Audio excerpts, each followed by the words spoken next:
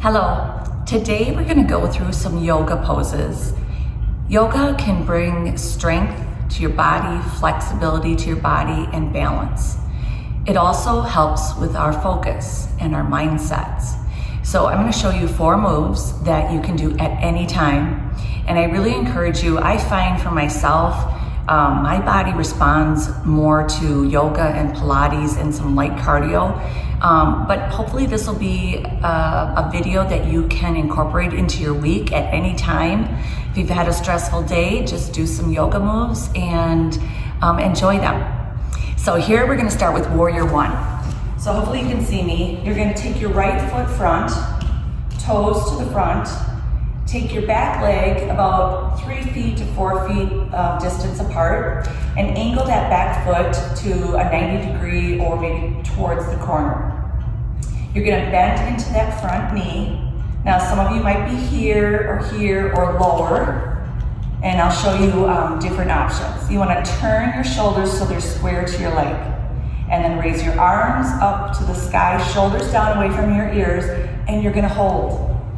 Now, if you have any concerns with your shoulders, you can take your arms out in T, or you can take your hands to your hips.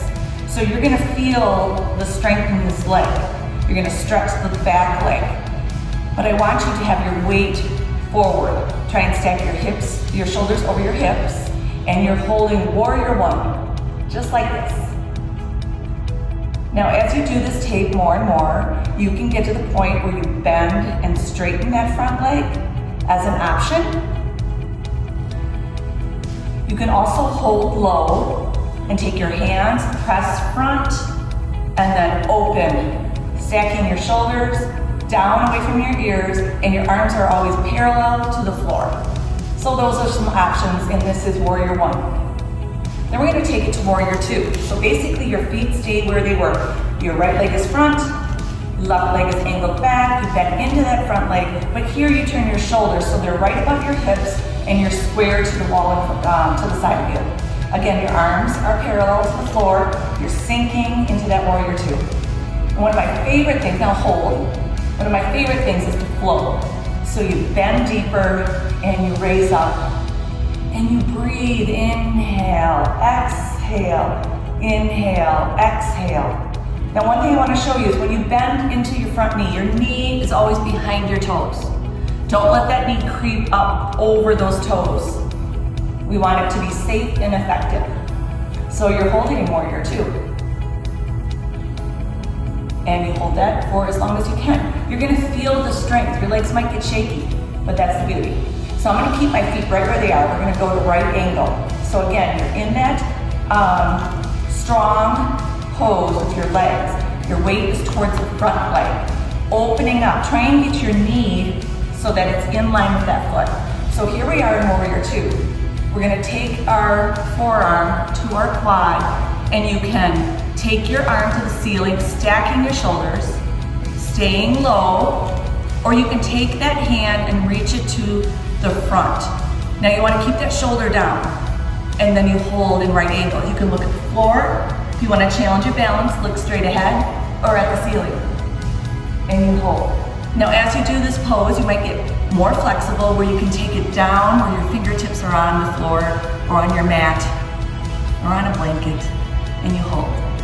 Then you windmill the arms up, stack your shoulders, and then you step together. Just a couple extras. This is mountain pose. Your feet are grounded right below your hips. You spread your toes, you feel the surface below your feet. You roll the shoulders up and back, palms facing forward, and your head is in line with your back. You can close your eyes and just focus on your breathing. A great way to stabilize your nervous system. Then the other sidebar is going to be your forward fold. Now if you have vertigo or lightheadedness, you don't want to do forward fold. But with a forward fold, you're hinging at the hips, and your head is hanging. And you breathe and you relax. You can always grab your elbows and sway side to side. When you do this, you might want to take your feet wider than your shoulders, wider than your hips, and again, release the back. And then from there, you can go to half lift, where your back is flat. So if I was with you, I could come and put a glass of water on your back. Your belly button is being pulled to your spine. Your shoulders are down away from your ears. And then you roll up to standing. Those are just a few sidebars. So the last one we're gonna do is triangle. Again, right foot is front, back foot is angled. Your body is square to the wall to this side. Your arms are out in T. You keep your hips stable. You shift your shoulders front, and you tip over like a teapot. Now, you hold, try it. A lot of people, you know, if you don't have flexibility in your shoulders, you're gonna be here or here. But you wanna really try to get your shoulders stacked, one on top of the other. And if you're up here, that's okay. Eventually, you might get down here. And you will get down here. And from here, it's great core work too. You're working your core. Ooh, as I lose my balance. All right, as an add-on, you can pulse up and down an inch or two. Up and down. Or just hold. Now that was showing you those 4 moves with my right leg front. You're going to want to repeat it, all of those with your left foot front. And then if you just have had a long day, enjoy a child's pose. For me, I touch my toes. My knees are hip distance apart. I set back my hips. And then you use your body, you rest your forehead on the mat or on the carpeting or the floor. You press your hands back so you're stretching those hips, and then breathe and relax. Now, some of you, your hips might be up here. That's okay. Just be where you're at. I just want to encourage you that a few things. If we don't use it, we lose it. And a rigid mind is a rigid body. And no matter what your age, there is tightness, there's stiffness. The more you move, the more you get in tune with your body and feel your body moving and breathe with your movement, it'll bring you peace and calmness. And truly, when you feel, no matter what your weight is, you may need to lose, 30, 25, 20 or more or less pounds or no pounds. But when you are strong with your core, and you improve your posture through movement, there's a sense of confidence. There's a sense of, I know what I'm doing. I'm taking care of myself, mind and body, and that's empowering. So I encourage you to utilize all the steps in Rise Up. Think of all of the things in your workbook that sometimes it's overwhelming and you can't, do all of the steps in one round. That's why we have many people repeating the rounds. Because what doesn't click the first time might deepen the second time. But it's all how we think. It's our attitude. And we have to train our minds. And then it's how we feed our bodies. Honor your body internally. Choose healthy foods.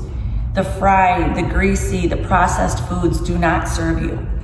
Most of our food is chucked full of sugar. Sugar is our enemy. So write down your food. Get disciplined. Record what you're eating so at the end of the week you can look at it and say, this was good. Maybe I could take this out for this coming week. Drink lots of water. Meditate. Journal how you feel. All habits, if there are 4 different types of habits, but all habits go back to our feelings. And having that mind-body connection to our choices is our power. Have a great day. Reach out to me if you need any help or clarification, or you have any questions or feedback. Enjoy your day.